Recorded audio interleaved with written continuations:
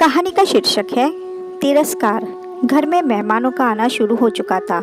बाहर बन रहे पकवानों की खुशबू पूरे घर में फैल चुकी थी। उस खुशबू के बीच सभी की हंसी ठिठोली की आवाज़ें अम्मा को उनके कमरे में सुनाई दे रही थी, पर उस हंसी ठिठोली में उनकी कोई दिलचस्पी नहीं थी। वह तो अपने कमरे में ही भली थी। उन्हें तो दिलचस्पी थी उन पकवानों में जिसे खाने को उनका जी ललचाने लगा था। आज बेटे बहू भावेश और सुदीप्ता की शादी की 8वीं शादी की सालगिरह थी। आखिर उनका बेटा कलेक्टर जो है, तो पार्टी भी छोटी मोटी नहीं होगी। तो कई मेहमानों को बुलाया गया था, या यूँ भी कह सकते हैं कि उनके दोस्तों और बहू के मायके वालों को बुलाया गया था। अम्मा जी या उनके परिवार में किसी को कोई खास दिलचस्पी नहीं थी। वैसे भी बहू की हिदायत के अनुसार अम्मा जी को तो अपने कमरे में ही रहना था। पता नहीं बहू ने ये हिदायत भी क्यों दी। वैसे भी अम्मा अपने कमरे से बाहर आती कहाँ है, क्योंकि अगर वो ज़रा सा ही बाहर आ जाती है तो बहू को अच्छा नहीं लगता। उसे लगता है कि उनके बाहर आने मात्र से ही पूरा घर फैल जाता है।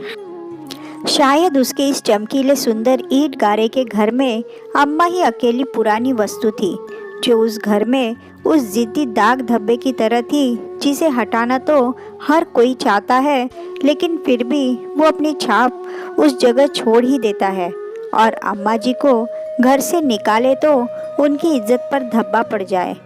लोग कहने ना लगे कि इतना बड़ा कलेक्टर अपनी माँ की देखभाल नहीं कर पाया, इसलिए मजबूरी में ही सही अम्मा जी को घर में रख रखा था, लेकिन बस उनके कमरे तक सीमित कर रखा था। तभी अचानक दरवाज़ा खुला और बहू सुदीप्ता अम्मा के कमरे में आई। उसके हाथ में कोई पैकेट था। अम्मा जी के बिस्तर पर उसे रखते हुए बोली, अम्मा जी, इसमें साड़ी है, पहन लेना।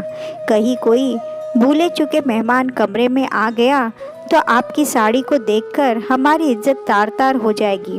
और ढंग से हाथ मुंह धोकर कंघी कर लेना। अगर कोई कमरे में आता है तो नमस्ते, हाँ और हूँ में ही जवाब देना। ज़्यादा बोलने की ज़रूरत भी नहीं आपको। सुदीप्ता अपनी धुन में बोले जा रही थी, पर अम्मा उनका ध्यान अभी भी सिर्फ पकवानों की खुशबू पर ही था। तभी सुदीप्ता उनके कंधों पर हाथ रखकर उन्हें झकझोरते हुए बोली, अरे सुन रही है ना आप, मैं क्या कह रही हूँ? हाँ हाँ बहू, क्या बन रहा है आज? अम्मा ने अपनी जबान को होठों पर घुमाते हुए कहा। सुदीप्ता ने अपना माथा पीट लिया और फिर से बोलना शुरू किया, हे भगवान, जब देखो बस खाने की लगी रहती है। कुछ कहा मैंने? आपने वो सुना या नहीं? ढंग से तैयार हो जाना, बाहर आने की ज़रूरत नहीं है।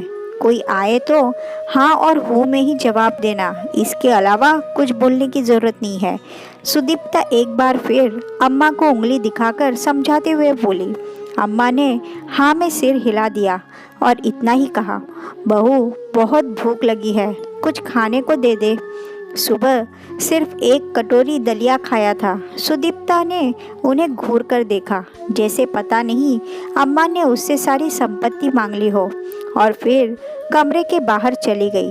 थोड़ी देर बाद घर में काम करने वाली कमलाबाई कमरे में आई और अम्मा को एक थाली देते हुए बोली, अम्मा अभी तो ये खा लो। अम्मा जी ने ललचाई नज़रों से प्लेट में देखा तो एक रोटी, थोड़ी सी दाल और आलू की सूखी सब्जी रखी हुई थी। अम्मा ने उसकी तरफ आशा भरी नज़रों से देखा तो कमलाबाई बोली, अम्मा अभी तो पकवान बन रहे हैं ना, पूरी तरह से तैयार नहीं हुए, इसलिए मैं सुबह का ही ये बचा हुआ खाना ले आई हूँ, ताकि कुछ देर तो आपकी भूख शांत हो। अम्मा को भूख तो ज़ोरों से लगी थी, इसलिए थाली लेकर उस थाली पर ही टूट पड़ी। अम्मा को इस तरह खाना खाते देखकर कमलाबाई की आंखों में भी आंसू आ गए। मन ही मन सोचने लगी, कोई कह सकता है ये कलेक्टर साहब की माँ है। वो कलेक्टर साहब जिनकी काफ़ी इज्जत है और खूब पैसा कमा रहे हैं। उनके बेटे बहू को देखकर तो बाहर वाले भी इनकी किस्मत पर रश्क करते हैं। पर इनसे तो हमारी किस्मत लाख गुना अच्छी है। बेटा बहू मजदूरी करते हैं, मैं घरों में काम करती हूँ, लेकिन कम से कम रात का खाना एक साथ बैठकर तो खाते हैं। यहाँ तो बेटे को पता ही नहीं कि माँ के साथ क्या हो रहा है। सोचते सोचते कमलाबाई फटाफट अम्मा के कमरे की सफाई करने लगी। वैसे अम्मा के कमरे में ज़्यादा कोई सामान तो था नहीं, इसलिए फटाफट व्यवस्थित हो गया। पूरे कमरे को व्यवस्थित कर बाहर से 2 कुर्सियां लाकर अम्मा के कमरे में रख दी, ताकि कोई आए तो बैठने के लिए कुछ तो हो। तभी बाहर से सुदीप्ता की आवाज़ आई तो कमलाबाई बाहर आ गई। इधर अम्मा ने फटाफट थाली साफ कर डाली। पर भला एक रोटी से क्या हो, भूख तो अभी भी जोरों से लग रही थी, पर बोलती किससे। मन मारकर थाली एक तरफ रख जैसे तैसे उठी और हाथ मुंह धोकर पैकेट में से साड़ी निकाली। साड़ी बिल्कुल नई थी, उस पर से टैग भी नहीं हटा था। पूरे 410 रुपए की साड़ी थी। उसे देखकर ही अम्मा खुश हो गई। मेरे बच्चों ने पहली बार मेरे लिए साड़ी खरीदी, पर साड़ी के साथ ब्लाउज़ और पेटीकोट तो था ही नहीं, इसलिए अपने पुराने ब्लाउज़ पेटीकोट के साथ ही साड़ी पहन ली। थोड़ी देर बाद सारे मेहमान बाहर इकट्ठे हो गए तो केक काटने का वक्त हो गया। भावेश और सुदीप्ता केक काटने के लिए एक साथ आ गए। तभी भावेश के किसी दोस्त ने कहा, अरे भावेश, घर में आंटी जी भी तो है, उन्हें भी तो बुलाओ। आखिर तुम्हारी ज़िंदगी का इतना खुशी का दिन है तो उन्हें तो यहाँ होना ही चाहिए। उसकी बात सुनकर भावेश झेप गया। उसने सुदीप्ता की तरफ देखा तो सुदीप्ता बात बनाते हुए बोली, अरे भैया, बात ये है कि अम्मा जी की तबीयत ठीक नहीं रहती, इसलिए वो बाहर नहीं आई। उन्होंने खुद मना किया है कि मुझे परेशान मत करना, वरना हमारा तो बड़ा मन था उन्हें बाहर लाने का, उन्हीं के हाथों से केक कटवाने का। आखिर सबको अपनी बातों से संतुष्ट कर सुदीप्ता ने भावेश के साथ मिलकर केक काटा। इधर खाने पीने में सब लोग मशगूल हो गए। इतने में कमलाबाई ने एक प्लेट अम्मा के लिए खाना लगाया तो सुदीप्ता ने उसे डांट दिया, ये क्या कर रही हो कमला, यह प्लेट लेकर जा रही हो। कमला ने झेपते हुए कहा, मेम साहब, अम्मा को भूख लग रही होगी, उन्होंने एक रोटी ही तो खाई थी। तो एक रोटी भी काफ़ी है तसल्ली लाने के लिए, उनकी तो उम्र हो चुकी है, उनका तो पेट ही भर गया होगा। ये प्लेट छोड़ और जाकर तेरा काम कर, अम्मा का मैं देख लूँगी। यहाँ मेहमान सिर पर खड़े हैं और तुझे अम्मा जी की पड़ी है, चल जा यहाँ से। आखिर मजबूरन कमलाबाई को प्लेट वहीं रखकर अपने काम पर जाना पड़ा। इधर सुदीप्ता अपने दोस्तों के साथ बिजी हो गई। रात के 11 बज गए, लेकिन अम्मा जी को खाना तक नहीं दिया। अब तो अम्मा की भूख के मारे हालत खराब होने लगी। अब उनसे बिल्कुल बर्दाश्त नहीं हो रहा था, लेकिन पार्टी तो अभी तक चल रही थी।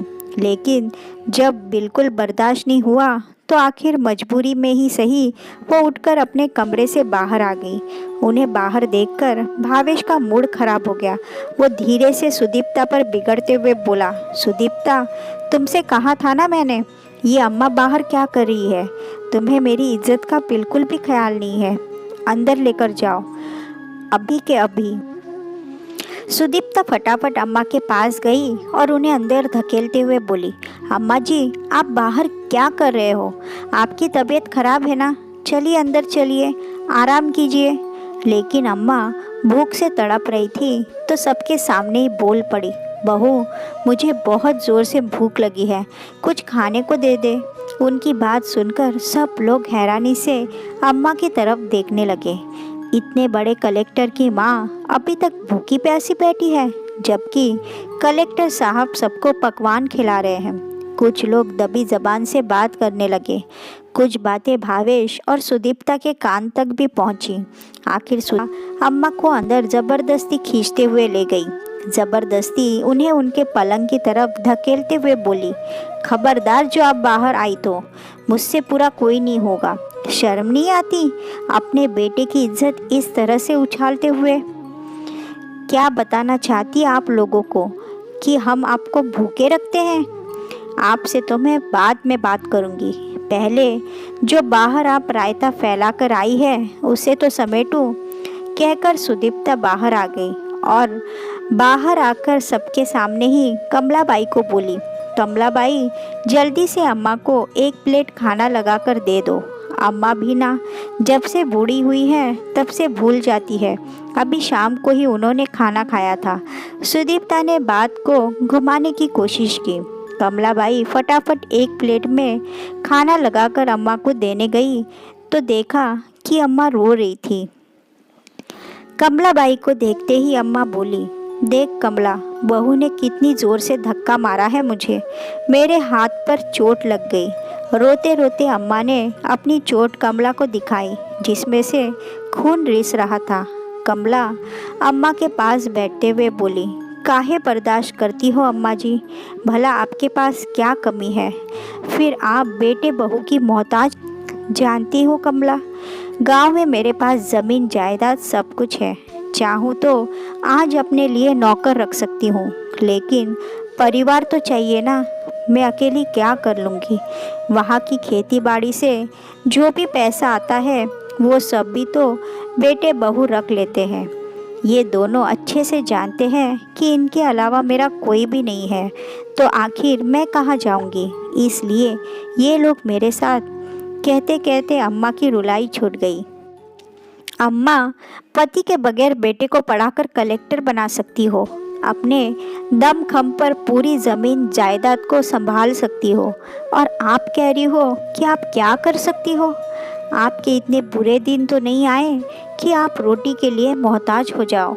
अम्मा, भले ही एक रोटी खाओ लेकिन स्वाभिमान की तो खाओ। इतने में बाहर से सुदीप्ता ने कमलाबाई को आवाज़ लगाई तो कमलाबाई फटाफट कमरे के बाहर चली गई। कमलाबाई की बात का अम्मा पर बहुत गहरा असर हुआ।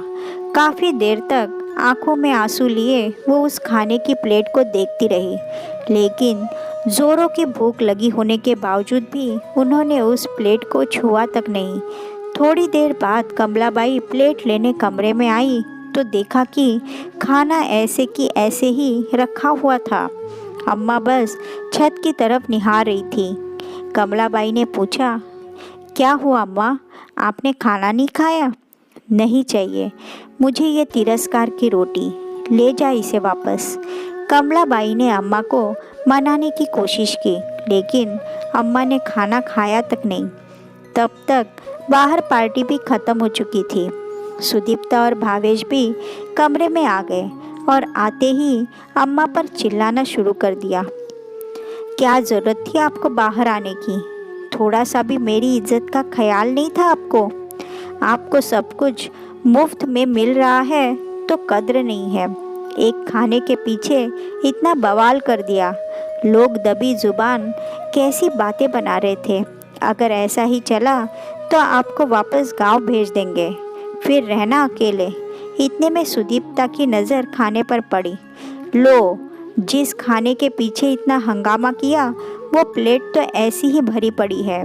खाना है तो खाइए, नहीं तो भगवान का नाम जपिए। मुझसे नहीं उठाए जाते आपके नखरे। उसने भावेश की तरफ देखते हुए कहा। बस भावेश, बहुत हो चुका, मैं नहीं उठा सकती इनके नखरे। इनको वापस गांव भेज दो। ठीक है, मैं कल ही इन्हें गांव भेज देता हूँ, वहाँ अकेली रहेंगी तो अकल ठिकाने आ जाएगी।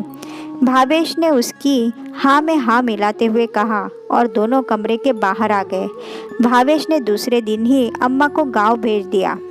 गांव आने के बाद अम्मा ने सबसे पहले अपने वकील को बुलाकर अपनी सारी ज़मीन जायदाद से भावेश को बेदखल किया। वसीयत के अनुसार उनके मरने के बाद सारी प्रॉपर्टी ट्रस्ट को चली जाएगी। वो ट्रस्ट जो बुजुर्गों और अनाथ बच्चों के लिए काम करती थी। साथ ही अपने बड़े से घर का आधा हिस्सा उन्होंने बच्चों की शिक्षा के लिए दे दिया और आधे हिस्से में खुद रहने लगी। खेती बाड़ी के लिए नौकर आते ही थे, उनमें से एक को घर में काम करने के लिए रख लिया। अब अम्मा स्वाभिमान और सुकून की रोटी खाती थी। साथ ही इस बार खेती बाड़ी से होने वाली इनकम को भावेश के पास ना भेजकर उन्होंने अपने पास ही रख लिया। जब पैसा भावेश के अकाउंट में नहीं आया तो भावेश और सुदीप्ता दोनों ही गांव आ गए। आते ही देखा कि घर के आधे हिस्से में बच्चे पढ़ाई कर रहे थे। इसलिए वो घर के दूसरे हिस्से की तरफ गए जहाँ अम्मा रहती थी और आते ही अम्मा से बोले, अम्मा ये घर में बच्चे पढ़ाई कैसे कर रहे हैं और इस बार क्या खेतों में कोई कमाई नहीं हुई जो पैसा अकाउंट में नहीं डाला। उनकी बात सुनकर अम्मा ने कहा, घर का आधा हिस्सा मैंने बच्चों की शिक्षा के लिए दे दिया है और रही बात कमाई की तो हुई थी कमाई पूरे 7 लाख रुपए की, वो मैंने अपने अकाउंट में रख लिए हैं। आप पैसों का क्या करोगी अम्मा जी? और किससे पूछकर आपने घर का आधा हिस्सा बच्चों की शिक्षा के लिए दे दिया। अब की बार सुदीप्ता ने कहा, इसमें पूछना क्या है, संपत्ति मेरी थी तो मैंने अपने अनुसार इस्तेमाल कर ली। वैसे तुम लोग होते कौन हो मुझसे ये सब कहने वाले? कैसी बात कर रही हो अम्मा, हम आपके बेटे बहू हैं, आपका भला बुरा अच्छे से जानते हैं। भावेश ने बिगड़ते हुए कहा, कौन से बेटे बहू? वो जो रोटी तक के लिए अपनी माँ को तरसा देते हैं। देख बेटा, ऐसे बेटे बहू मुझे नहीं चाहिए। वैसे भी मैं तुम्हें प्रॉपर्टी से बेदखल कर चुकी हूँ तो अब गांव में तुम्हारे लिए कुछ रखा भी नहीं है। अब तुम्हारा शहर भला, तुम्हारा घर भला, यहाँ आने की ज़रूरत नहीं है। अम्मा जी आप ऐसे कैसे कर सकती हो? अम्मा की बात सुनकर सुदीप्ता चिल्लाते हुए बोली, मैंने तो प्रॉपर्टी से बेदखल किया है, कम से कम धक्का देकर के किसी को चोटिल नहीं किया जैसे तुमने मेरे साथ किया था बहू। वैसे भी अब न इस प्रॉपर्टी में तुम्हारा कोई हिस्सा है और ना ही मेरी ज़िंदगी में। रही बात मेरे मरने के बाद की, तो मेरी चिता को अग्नि देने मत आना। गांव में कोई भी इंसान मेरी चिता को अग्नि दे देगा। कम से कम यहाँ के लोगों में इंसानियत जिंदा है। अम्मा जी के गुस्से भरे चेहरे को देखकर दोनों की हिम्मत नहीं हुई कुछ कहने की, इसलिए दोनों ही अपना सा मुंह लेकर शहर के लिए रवाना हो गए।